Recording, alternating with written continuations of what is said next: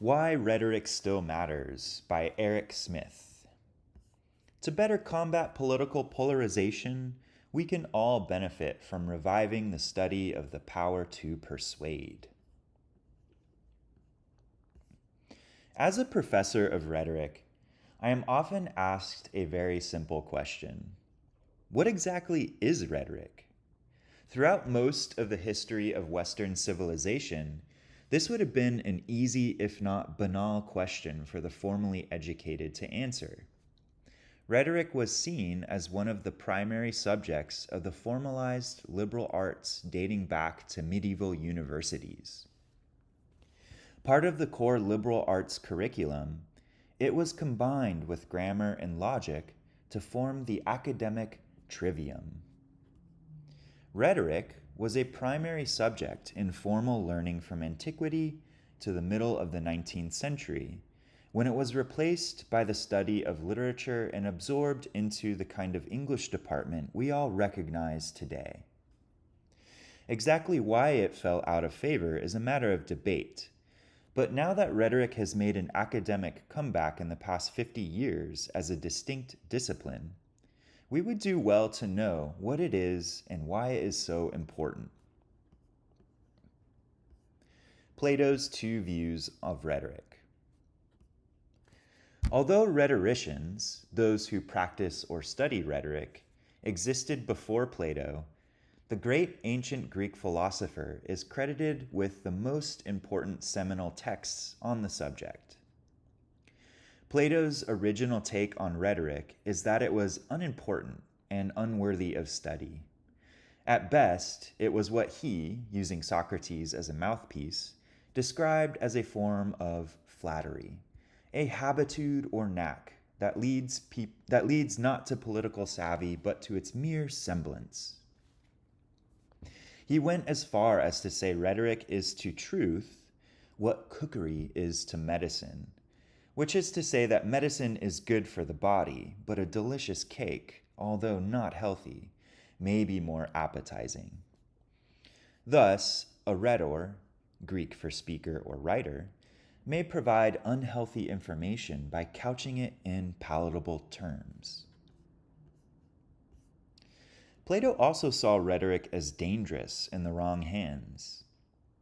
In his dialogue Gorgias, Plato creates a straw man by having the title character, the philosopher and rhetorician Gorgias, explain why he sees the art of rhetoric as the most important talent a person can have. Gorgias declares, "If a rhetorician and a doctor were to enter any city you please, and there had to contend in speech before the assembly or some other meeting as to which of the two should be appointed physician, you would find the physician was nowhere, while the master of speech would be appointed if he wished. And if he had to contend with a member of any other profession whatsoever, the rhetorician would persuade the meeting to appoint him before anyone else in the space. For there is no subject on which the rhetorician could not speak more persuasively than a member of any other profession whatsoever before a multitude.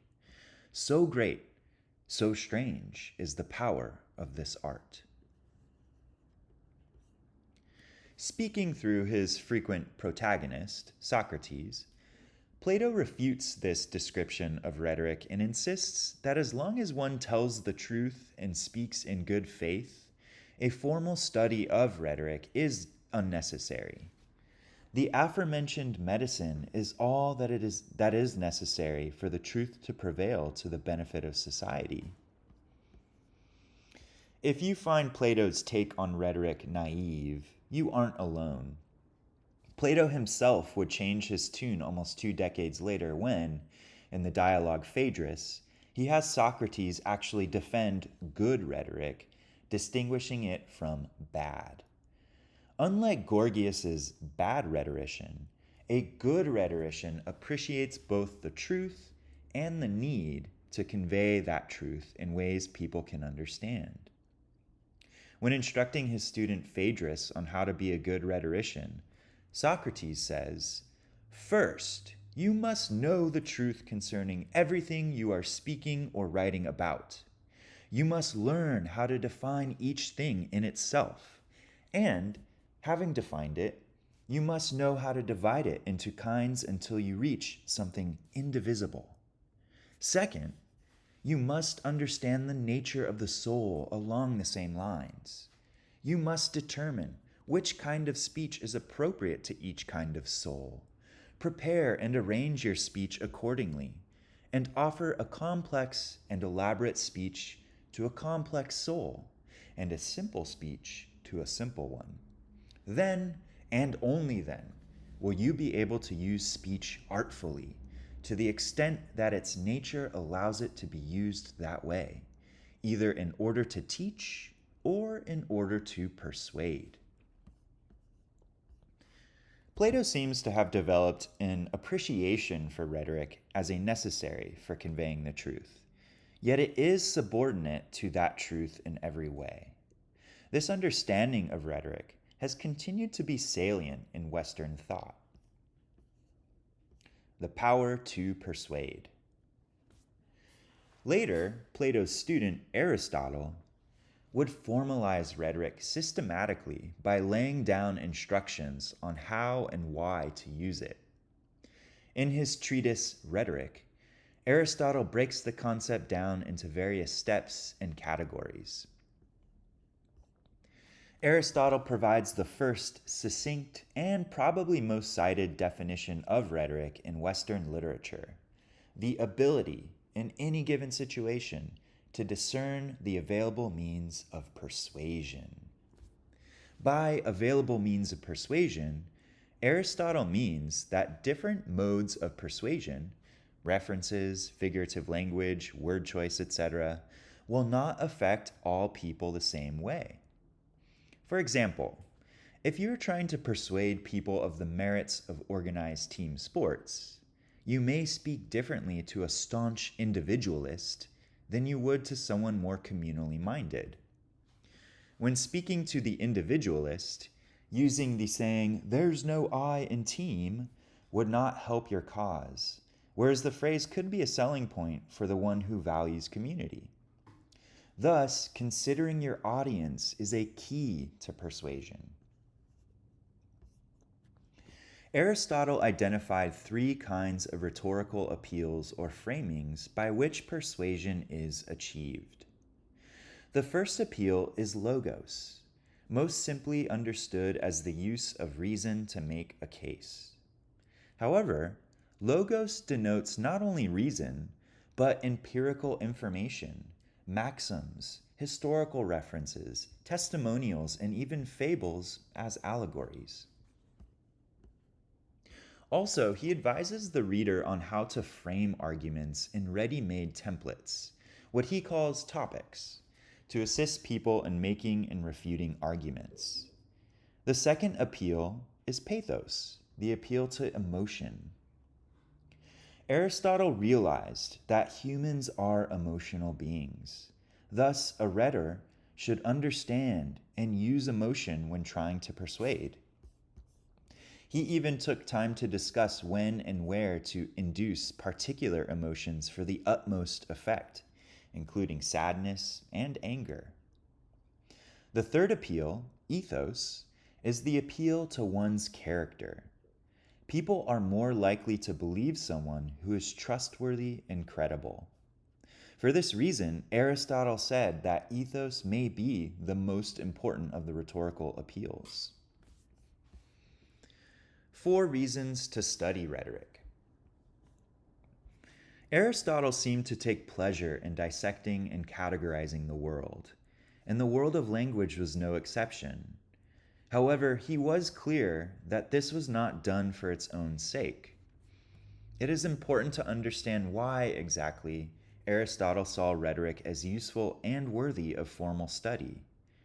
He gives 4 main reasons for this, and each is worthy of individual attention. The first reason is that things that are true and things that are just have a natural tendency to prevail over their opposites, so that if one tells the truth but loses an argument, It is because of one's lack of rhetorical skill. The second reason is that not everyone has the capacity to be instructed through logical and reasonable explanation alone. These people have to be led by the appeals of ethos and pathos as well.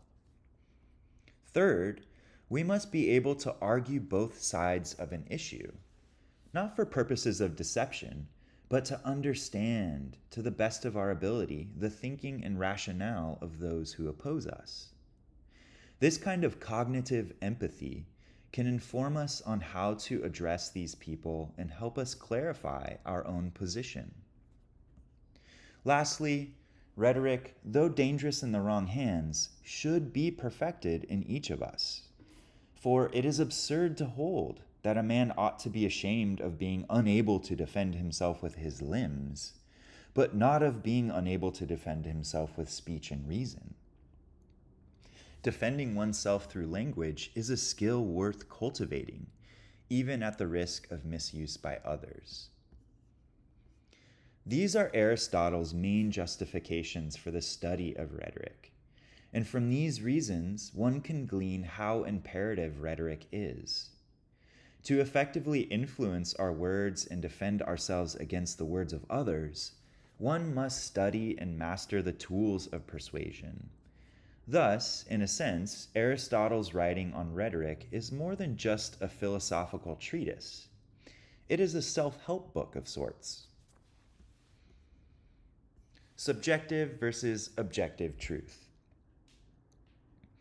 Although Plato and Aristotle are seen as the primary players in the initial development of rhetoric, we would be remiss to neglect the Sophists, a group that included the likes of Protagoras and the aforementioned Gorgias.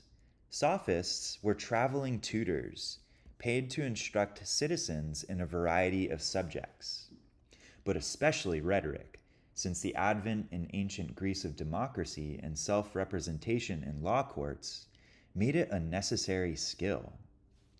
But these philosophers' understanding of rhetoric was almost completely antithetical to Plato's, and they considered some of Aristotle's distinctions illusory. In their view, rhetoric could be used only to persuade others of subjective truths, for human perception is too limited to discern absolute truth. This distrust in the human ability to discern absolute truth finds its most famous articulations in the work of Protagoras and Gorgias. Protagoras stated that, of all things, the measure is man. By this statement, Protagoras was questioning the validity of truth claims and other dogma. If man has limited perception, truth claims can be only subjective in nature. More perplexing was Gorgias's take on truth. Addressing language's relationship to truth, he wrote, "Nothing exists. If it does exist, it cannot be known. If it can be known, it cannot be communicated." This is to say that language is inadequate for conveying one's thoughts and discoveries to others clearly and directly. No two people can understand something exactly the same way. Thus, even if absolute truth exists, human language is inadequate for conveying it precisely. Both men questioned the very notion of truth and our ability to communicate it to others. The tension between the beliefs of Plato and Aristotle and those of the Sophists has never really gone away.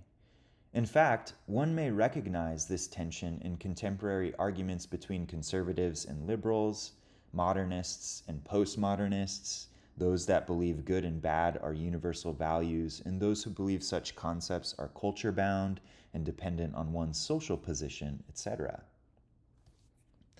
People who insist that truth is nothing more than the opinion of the powerful and that the privileged could not possibly understand the beliefs and outlooks of the underprivileged carry on the sophistic tradition, if only inadvertently. Although these thinkers discussed rhetoric 2,500 years ago, many scholars consider any treatment of rhetoric thereafter as a footnote to these ancient Greek thinkers, with Plato and Aristotle winning out throughout history. That being said, in the millennia since, philosophers have questioned and complicated the ideas of these two great thinkers.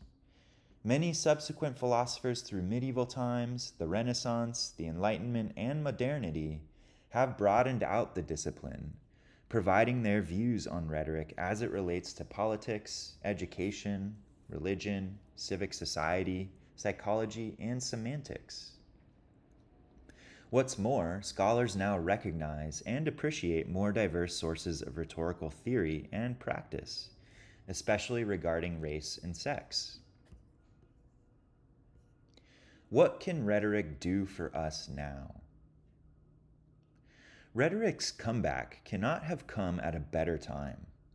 In 21st century America, the eclecticism of values, attitudes, and beliefs makes it all the more important that we convey these things as clearly as possible to each other.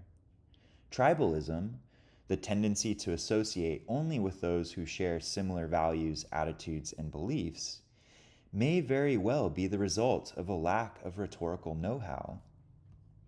Next, I plan to discuss how rhetoric can help us remedy our societal ills of miscommunication and misunderstanding. Rhetoric may not be a panacea for society's ills, but I believe it to be a very good initial step toward healing them.